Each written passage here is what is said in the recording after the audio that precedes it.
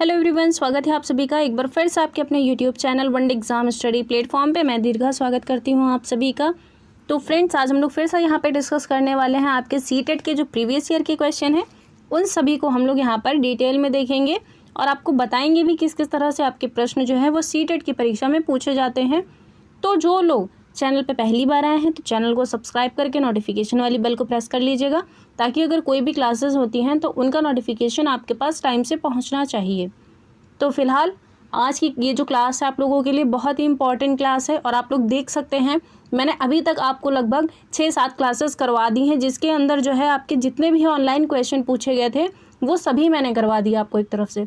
रही बात अगर पैडागॉजी की, तो इसमें आपको पैडागॉजी के क्वेश्चन भी आपको देखने को मिलेंगे। तो इसमें घबराने की ज़रूरत नहीं है, आप लोगों को पैडागॉजी इतनी टफ नहीं आती है। बस आप लोगों को जो है ऑप्शन के साथ अगर खेलना आता है, अगर आप लोग ऑप्शन एलिमिनेट करने का तरीका जानते हैं तो आपको दिक्कत नहीं आने वाली है। तो फिलहाल देर न करते हुए शुरू करते हैं अपनी इस क्लास को। और स्क्रीन के ऊपर आपके सामने एक क्वेश्चन लगा हुआ है। क्वेश्चन क्या कह रहा है? ईवीएस पाठ्यचर्या में थीम परिवार और मित्र सम्मिलित करता है। क्वेश्चन का कहने का मतलब ये है, जो आपकी ईवीएस के अंदर थीम दी गई हैं उसके अंदर जो परिवार और मित्र है ये किसके अंदर सम्मिलित करता है? विकल्प में दिया गया है आश्रय, कार्य और खेल, जल या फिर जीवन। सभी लोग कमेंट बॉक्स में आंसर करके बताएंगे इस क्वेश्चन का सही आंसर क्या बनेगा। जल्दी से सभी लोग कमेंट करके बताइए इस क्वेश्चन का सही आंसर क्या रहने वाला है हमारा।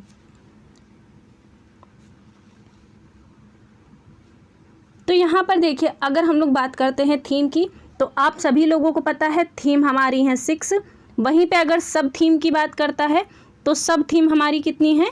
ये है 4। नंबर्स भी आप लोग याद रखिएगा, क्योंकि आपसे नंबर्स के थ्रू भी जो है क्वेश्चन बनते हैं। ओके, इसके अलावा अगर हम लोग बात करते हैं परिवार और मित्र की, तो ये हमारा किसके अंतर्गत आता है?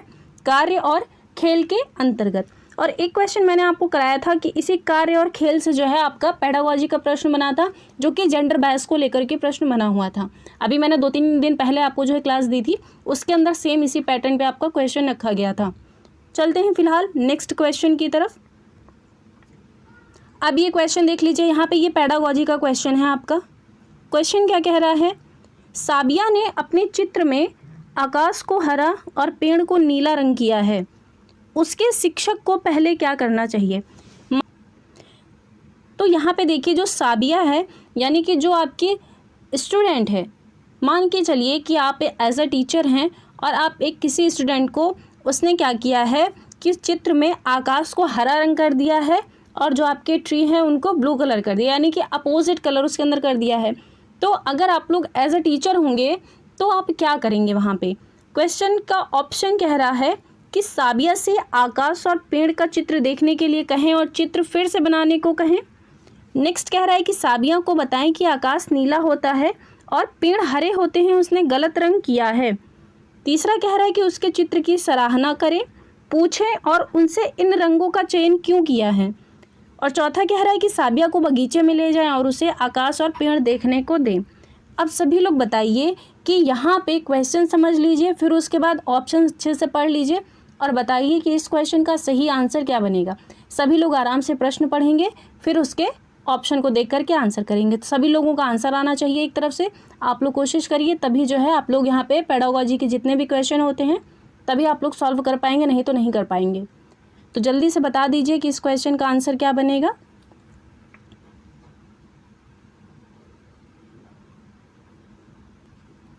तो यहाँ पर देखिए, जो साबिया है इसने चित्र में आपके स्काई को क्या कर दिया है, यानी कि आकाश को आपका हरा कर दिया है, पेड़ को नीला कर दिया है। तो अगर हम एज अ टीचर होंगे तो हम क्या करेंगे? साबिया से आकाश और पेड़ का चित्र देखने के लिए कहेंगे और उसे चित्र फिर से बनाने को कहेंगे। ऐसा करने से वो कभी कुछ नहीं सीखेगी, ठीक है। तो यहाँ पे ये ऑप्शन हमारा गलत हो गया। नेक्स्ट कह रहा है कि साबिया को हम बताएंगे कि आकाश नीला होता है और पेड़ हरे होते हैं, उसने गलत रंग किया है। क्या आप बता देंगे उसे? तो ऐसा भी नहीं है, यहाँ पे ये भी गलत हो जाएगा। नेक्स्ट कह रहा है कि उसके चित्र की सराहना करें। बिल्कुल, मतलब कि आप उसे जो है अप्रिशिएट करेंगे कि तुमने जो है बहुत अच्छा कलर किया है। ये नहीं कहेंगे उससे कि तुमने गलत किया है, बस उसे ये बोलना है कि आप उसे अप्रिशिएट करो, उसे मतलब सराहना करो उसकी, और फिर उससे पूछो कि तुमने इन रंगों का चयन किसके आधार पे किया, यानी कि किया है। तो तो बच्चा क्या करेगा, आपको जवाब देगा उसके बारे में कि हमने ऐसा क्यों किया या ये ऐसा क्यों किया। तो यहाँ पे ये जो क्यों वाला ऑप्शन देख रहे हैं आप लोग, ये पॉजिटिव आंसर यहाँ पे दे रहा है हमें। तो यानी कि आंसर के तौर पे तो हमारा तीसरा वाला विकल्प हमें सही दिख रहा है। और चौथा कह रहा है कि साबिया को बगीचे में ले जाएंगे, उसे आकाश और पेड़ देखने दें, यानी कि आकाश और पेड़ देखने देंगे उससे काम चल जाएगा उसका। तो ऐसा बिल्कुल भी नहीं है। जब आप उसे पूछेंगे, उसे बताएंगे तो वो ज़्यादा अच्छे से सीखेगी। ठीक है, तो यहाँ पे अगर हम लोग आंसर देखते हैं तो हमारा जो तीसरा वाला विकल्प आप लोग देख रहे हैं वो इस प्रश्न का बिल्कुल सही आंसर होगा। और एक बार आप लोग जल्दी से सेशन को शेयर कर दीजिए ताकि जो लोग नहीं आए हैं अभी तक क्लास में वो सभी जल्दी से क्लास में जुड़ जाएं। आप लोग देखिए बिल्कुल भी कोशिश नहीं करते हैं ज़्यादा से ज़्यादा लोगों को जोड़ने की। देखिए अगर हम आप लोगों के लिए मेहनत करते हैं तो आपकी भी रिस्पॉन्सिबिलिटी बनती है कि आप लोग जो है क्लास को लोगों तक शेयर करिए। ठीक है, ताकि ज़्यादा से ज़्यादा लोग जो है इस क्लास को देख सके, उनको बेनिफिट मिले, ताकि उन्हें पता चल सके कि आपके सीटेट में किस किस तरह से प्रश्न बनते हैं। क्योंकि देखिए ऑनलाइन जो क्वेश्चन आपके होते हैं ये किसी भी प्लेटफॉर्म पे आपको नहीं कराए जाते हैं।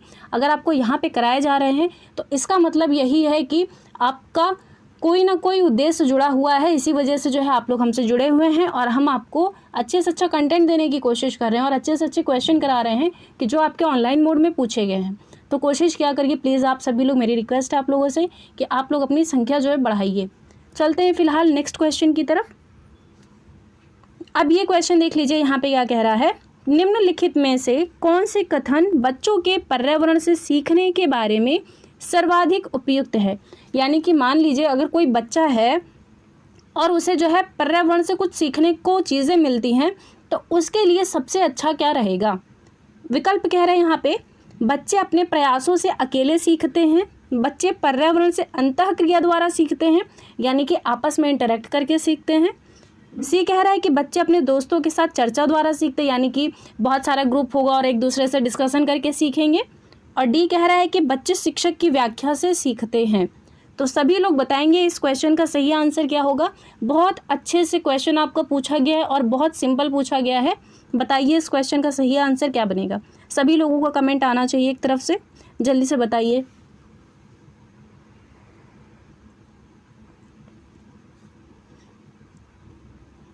तो यहाँ पे देखिए मतलब बच्चों के पर्यावरण से सीखने के बारे में सबसे अच्छा ऑप्शन आपसे पूछा गया है। पहला कह रहा है कि बच्चे अपने प्रयासों से अकेले सीखते हैं। आप सभी को पता है बच्चा कभी भी कोई चीज़ अकेले नहीं सीखता है। जब तक आप उसे गाइड नहीं करेंगे, जब तक आप उसे समझाएंगे नहीं, जब तक आप उसे सही दिशा नहीं दिखाएंगे, तब तक वो कभी भी नहीं सीख सकता है। तो यहाँ पे हमारा ऑप्शन पहला वाला गलत हो गया। अब देख लीजिए ए वाला ऑप्शन हमें कहाँ कहाँ पर दे रखा है। पहले में दे रखा है यानी कि ये हमारा ऑप्शन चला गया और चौथे में भी रखा है, यहाँ पे भी चला गया। बचे हमारे पास दो ऑप्शन। अब यहाँ पे देख लीजिए कौन सा सही होगा। नेक्स्ट कह रहा है कि बच्चे पर्यावरण से अंतःक्रिया द्वारा सीखते हैं। तो ये बात सही है, बी वाला देख लीजिए कहाँ पे है। तो ये ऑप्शन नंबर 2 में हमें दिखाई दे रहा है। यानी कि आंसर हमारा जो है क्वेश्चन माफ़ कीजिएगा, जो आपका विकल्प दूसरा है बी और सी वाला, ये बिल्कुल करेक्ट है। और बच्चे जो है वो शिक्षक की व्याख्या से कभी भी नहीं सीखते हैं। एक टाइम ऐसा आएगा कि अगर शिक्षक आपका लेक्चर दे रहा है, अगर वो कंटिन्यू लेक्चर देता रहता है तो बच्चे उससे भी बोर हो जाते हैं और वो कुछ भी नहीं सीखते हैं। करेक्ट, तो यहाँ पे आंसर हमारा बनेगा बी और सी वाला। चलते हैं नेक्स्ट क्वेश्चन की तरफ। अब ये क्वेश्चन देख लीजिए, पेडागोजी का क्वेश्चन है। क्वेश्चन कह रहा है कि निम्नलिखित में से कौन से कथन संरचनात्मक आकलन की विशेषताओं का वर्णन करते हैं। विकल्प में दिया गया है यह सब बच्चों को दिए जाने वाले औपचारिक परीक्षण है। बी कह रहा है इसमें बच्चे को यह पता ही नहीं चलता है कि उनका आकलन किया जा रहा है। क्या ऐसी बात होती है, अगर आप किसी बच्चे का असेसमेंट करते हैं तो क्या उसे पता नहीं चलता है कि आप उसका असेसमेंट कर रहे हैं। नेक्स्ट कह रहा है कि यह प्रगति पत्र में दर्ज किए जाने वाला विवरण है। डी कह रहा है कि यह सीखने के दौरान बच्चे की प्रगति का अवलोकन है। और ई कह रहा है कि यह बच्चे की गतिविधियों के अवलोकन द्वारा उनके सीखने में सुधार की प्रक्रिया है। आप सभी लोग बताइए कि जो संरचनात्मक आकलन होता है इसकी विशेषता का वर्णन जो है इनमें से कौन सा विकल्प कर रहा है। बहुत अच्छे से क्वेश्चन को पढ़ेंगे, विकल्प पढ़ेंगे और सभी लोग आंसर करके बताएंगे। जल्दी से बताइए इस क्वेश्चन का सही आंसर क्या बनेगा हमारा।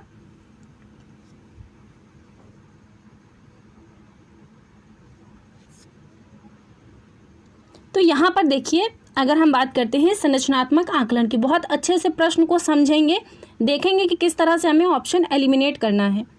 लिखा है पहला कि यह सब बच्चों को दिए जाने वाले औपचारिक परीक्षण हैं। तो औपचारिक परीक्षण तो होते नहीं है, ये गलत हो जाएगा। नेक्स्ट कह रहा है कि इसमें बच्चों को यह पता ही नहीं चलता है कि उनका आकलन किया जा रहा है। क्या ऐसी बात होती है? तो ऐसा हमें तो नहीं लगता कहीं पे भी बिल्कुल ऐसा होता है। नेक्स्ट कह रहा है कि यह प्रगति पत्र में दर्ज किए जाने वाला विवरण है। तो बिल्कुल ये बात सही है। नेक्स्ट कह रहा है कि यह बच्चे के दौरान सीखने की प्रगति का अवलोकन है, यानी कि बच्चा जब सीख रहा है तो उसमें कितना सुधार हुआ है यह उसका अवलोकन कर रहा है। तो बिल्कुल ये बात भी सही बताई गई है।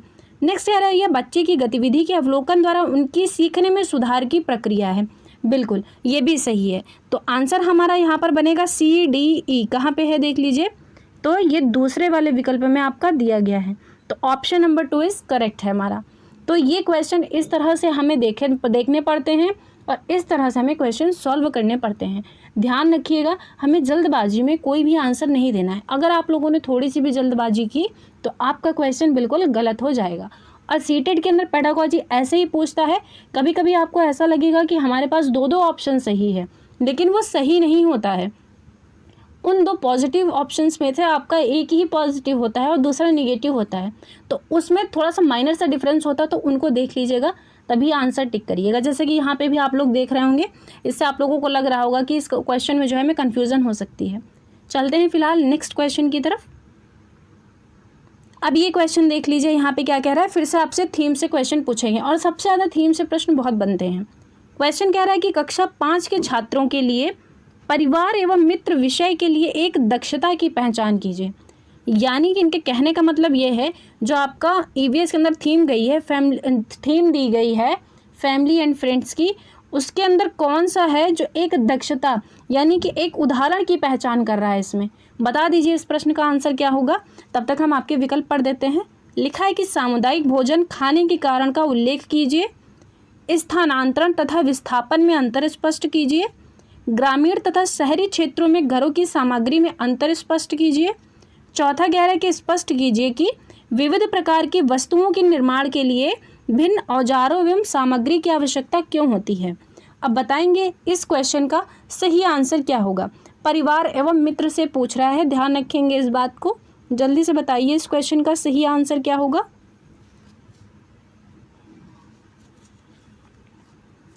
तो यहाँ पर देखिए, जो आपकी फैमिली और फ्रेंड्स वाली जो थीम है, इसके अंतर्गत बताया गया है जो आपका सामुदायिक भोजन होता है, इनके कारणों का उल्लेख जैसी तो यहाँ पे कोई बात नहीं की गई है। ठीक है, तो यहाँ पे ये ऑप्शन हमारा गलत हो जाएगा। अगला कह रहा है स्थानांतरण तथा विस्थापन में अंतर स्पष्ट कीजिए। तो ये बात बिल्कुल सही है। यानी कि आप लोगों ने अक्सर देखा होगा कि कुछ फैमिली आपकी ऐसी होती हैं, जैसे कि मान लीजिए कुछ टाइम के लिए आपका किसी भी पर्टिकुलर स्टेट को ले लीजिए, वहाँ पे रहती है, फिर कुछ दिनों बाद उनका जो है स्थानांतरण होता है, तो फिर वो दूसरी जगह चले जाते हैं। तो ये जो चीज़ें होती हैं, ये आपका विस्थापन और स्थानांतरण में अंतर को स्पष्ट करेंगी। ठीक है, तो यहाँ पे जो ऑप्शन नंबर 2 है आपका, ये बिल्कुल सही हो जाएगा। नेक्स्ट कह रहा है ग्रामीण तथा शहरी क्षेत्रों में घरों की सामग्री, तो यहाँ पे ऐसे हमें कोई उदाहरण ही नहीं दिए गए हैं कि हम उनसे देख करके पता लगा पाएँ। तो चौथा वाला भी, उसमें भी यही दिया गया, सामग्री और भिन्न औजारों से हमारा कोई मतलब ही नहीं है यहाँ पे तो सिर्फ हमसे थीम से पूछा था, तो थीम से हमारा दूसरा वाला विकल्प बिल्कुल करेक्ट हो जाएगा। उम्मीद करते हैं समझ में आया होगा। चलते हैं अगले क्वेश्चन की तरफ। अब ये क्वेश्चन देखिए क्या कह रहा है। प्राथमिक स्तर पर EVS में पाठ्यक्रम इस तरह से व्यवस्थित किया जाता है कि यह शुरू होता है कहाँ से। विकल्प दिया है सीखने वाले के तत्काल परिवेश से, यानी कि अगर आप एज अ लर्नर हैं और आपके जो तुरंत का समूह है, यानी कि तुरंत के आसपास का जो परिवेश है, यानी कि एटमॉस्फेयर है, आप उससे सीख लेते हैं, या फिर जो आपका पड़ोस है और आपका जो समुदाय है आप उससे सीखते हैं, या फिर आप वैश्विक संदर्भ से सीखते हैं, या फिर आप बड़े संदर्भ से सीखते हैं, यानी कि जो आपका लार्जर कॉन्टेक्स्ट होता है उससे सीखते हैं। अब बता दीजिए इस प्रश्न का सही आंसर क्या बनेगा। बहुत ही इजी क्वेश्चन है, आप लोग देख करके ही इस आंसर को बता देंगे। जल्दी बताइए इसका सही आंसर क्या बनेगा। और एक बार जिन लोगों ने अभी तक क्लास को लाइक नहीं किया है, वो सभी लोग क्लास को लाइक करके लोगों तक शेयर कर देंगे, ताकि जो है उन लोगों को भी पता लगे कि अभी भी आपके सीटेट की क्लास जो है वो चल रही है इस टाइम पे। जल्दी से बताइए इसका आंसर क्या सही होगा। तो यहाँ पर देखिए जो आपकी ईवीएस में पाठ्यक्रम है वो इस तरह से व्यवस्थित होता है आपका कि उसके अंदर आप अपने समुदाय से भी कुछ सीख सकें और आपके जो आसपास का एटमॉस्फेयर है और आपका जो आसपास का पड़ोस है आप उससे भी कुछ चीज़ें सीख सकें। तो यहाँ पे हमारा आंसर जो बन जाएगा वो दूसरा नंबर बिल्कुल करेक्ट होगा। ध्यान रखिएगा, सीखने वाले के तत्काल परिवेश यानी कि जो उसके तुरंत का परिवेश होता है, ज़रूरी नहीं है कि बच्चा उससे सीख ले, ठीक है। वैश्विक संदर्भ से हमारा कोई मतलब नहीं है और लार्जर कॉन्टेक्स्ट से हमारा भी कोई मतलब नहीं है। तो आंसर नंबर हम यहाँ पे हमारा ऑप्शन नंबर 2 जो है वो बिल्कुल करेक्ट हो जाएगा। चलते हैं नेक्स्ट क्वेश्चन की तरफ। अब ये क्वेश्चन देखिए यहाँ पे क्या कह रहा है, लिखा है अंतरा को अकेले पहेली हल करना मुश्किल लग रहा था। यानी कि अंतरा कोई स्टूडेंट है, उसको अकेले जो पहेली होती है उसको हल करने में बहुत दिक्कत आ रही थी, लेकिन अपने बड़े भाई प्रसून के साथ वो कुछ ही मिनटों में पहेली को आसानी से सुलझा सकी। यानी कि जैसे उसको उसके भाई का सपोर्ट मिला, उसने तुरंत ही उस पजल को सॉल्व कर लिया। आगे लिखा है कि इसका कारण निम्नलिखित में से क्या हो सकता है। क्वेश्चन आप लोग समझ गए। विकल्प देखिए क्या कह रहा है इसमें कि बच्चे बौद्धिक विकास की क्रमिक व्यवस्थाओं में स्वाभाविक रूप से विकसित होते हैं। अगला कह रहा है बच्चे वयस्क के सहारे द्वारा दिए गए इसके फोल्डिंग से समीपस्थ विकास के क्षेत्र को पार कर लेते हैं। बच्चे परिवेश से अंतःक्रिया के माध्यम से सीखते हैं। बच्चे सामाजिक अंतःक्रिया में अर्थ निर्माण करते हैं। सभी लोग बताएंगे इस प्रश्न का आंसर क्या बनेगा और किसी का भी इस क्वेश्चन का आंसर गलत नहीं आना चाहिए। उम्मीद यही रखेंगे हम कि किसी का आंसर जो है गलत नहीं आएगा। जल्दी से बता दीजिए इस प्रश्न का आंसर क्या बनेगा।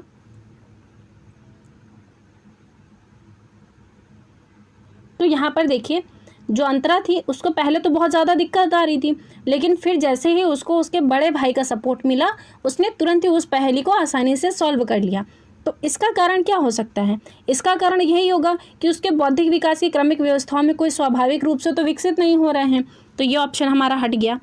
अब देखिए यहाँ पे ये भी हमें पॉजिटिव दिख रहा है, बच्चे अपने परिवेश से अंतःक्रिया के माध्यम से सीखते हैं, ये भी हमें पॉजिटिव दिख रहा है और ये भी हमें पॉजिटिव दिख रहा है। लेकिन यहाँ पे अर्थ निर्माण की बात हो रही है तो ये इस वजह से हमारा गलत हो जाएगा। उसके बाद में बचा दूसरा और तीसरा, तो अंतःक्रिया के माध्यम से यहाँ पर कोई पर्यावरण की बात नहीं हुई है, तो इसलिए ये ऑप्शन हमारा एलिमिनेट हो गया। दूसरा वाला बिल्कुल सही दिया गया। उम्मीद करते हैं आप लोग समझ गए होंगे कि यहाँ पे बात किसकी हो रही है, लेव वाइगोत्स्की की, यानी कि इसके फोल्डिंग की। किसी के मदद के सहारे जो है वो लड़की अपनी चीज़ों को सीख पाई है। तो यहाँ पे क्या हुआ है, उसे इसके फोल्डिंग मिली है, यानी कि जो उसका समीपस्थ विकास का क्षेत्र था जहाँ पे वो नहीं पहुँच पा रही थी वहाँ पर उसने किसी दूसरे का सहारा लिया और वो अपने काम तक पहुँच गई। तो आंसर हमारा यहाँ पे जो आप लोग दूसरा नंबर देख रहे हैं वो इस क्वेश्चन का बिल्कुल करेक्ट आंसर हो जाएगा और ये बाकी के विकल्प हमारे नहीं होंगे, ठीक है। तो ध्यान रखिएगा हमारा आंसर क्या बनेगा, यहाँ पे ऑप्शन नंबर 2 जो है वो बिल्कुल करेक्ट हो जाएगा। चलते हैं नेक्स्ट क्वेश्चन की तरफ।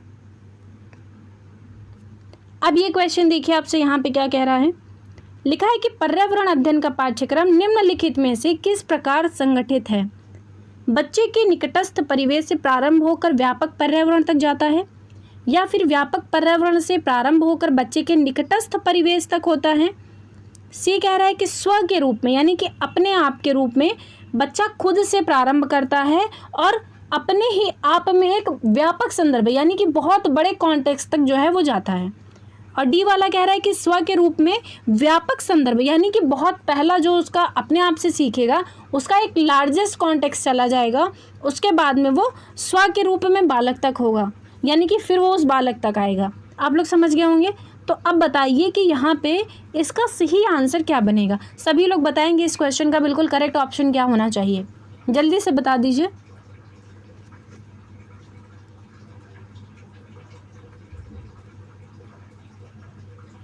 तो यहाँ पर देखिए पर्यावरण अध्ययन का जो पाठ्यक्रम है वो इस प्रकार से संगठित किया गया है कि बच्चा जो है वो सबसे पहले यानी कि सबसे पहले वो जो कुछ भी सीखता है वो अपने आप से सीखने की कोशिश करता है।